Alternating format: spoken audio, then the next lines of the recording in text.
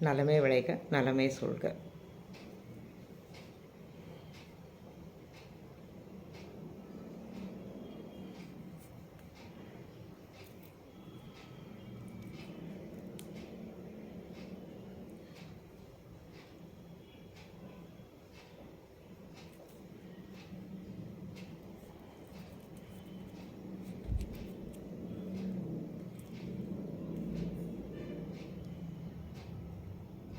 இந்த மாதிரி செஞ்சுட்டு கையை டைட்டாக பிடிச்சிக்கணும். நீங்கள் பிடிச்சிட்டிங்கன்னா அந்த உள்ளங்கையில் நல்ல ஒரு வெப்பம் வந்து உருவாகும்.